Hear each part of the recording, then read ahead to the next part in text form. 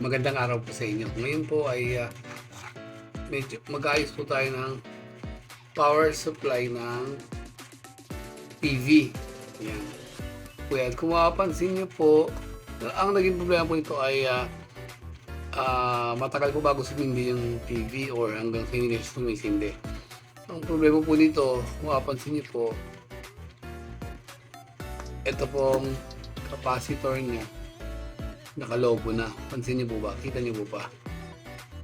Po, mga nakalobo na. Ayan. Compare dito lapad, ito nakalobo. Yan, so papalitan po natin yung mga nakalobo para mag-normalize na po yung pag-power ng TV.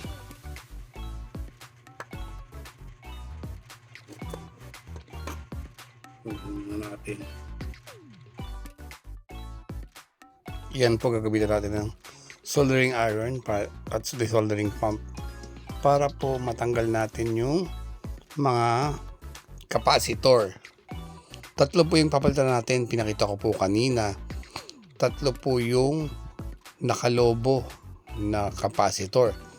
So pag magpapalit po tayo niyan, syempre kailangan magkapareho po ang ipapalit natin at saka yung tatanggalin natin.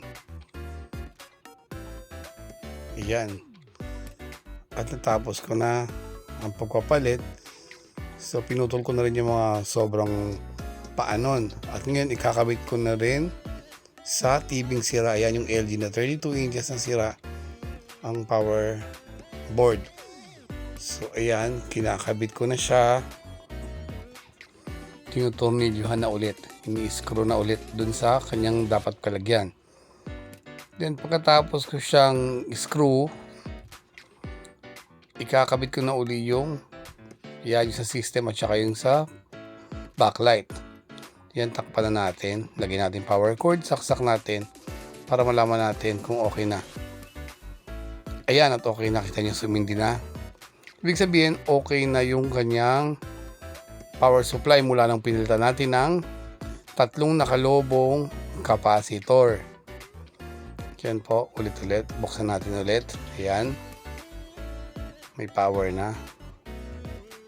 Ayan, lalabas pa dyan yung ano. Ayan, no input kasi wala tayong nakalagay na player. TV natin.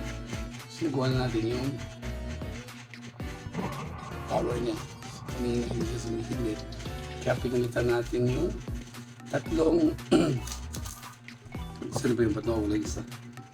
Yung mga capacitor niya na lumobo. Tingnan niya lumobo. Ayan o. Paano guys, nakalobo. Guys, guys. Hindi siya in normal state. Kaya tayo nagpalit ng capacitor. So remember guys, pagka ayaw mag-power or delay na, masyado nang matagal bago mag-power yung TV nyo, pero power pa rin hanggang sa tuloy na tumawala ng power, capacitor, hanapin nyo po, buksan nyo po yung supply part ng TV. Makikita nyo po na lobo po yung mga capacitor.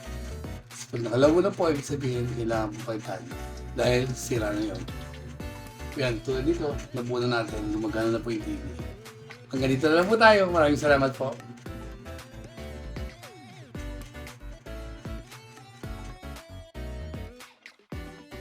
Yan na po siya, nakakabit na at gumagana na. Maraming salamat po sa panonood. Yan, gumagana na po, nakita niyo po. Yan, gawa na yung TV. Thank you very much for watching. Till next time.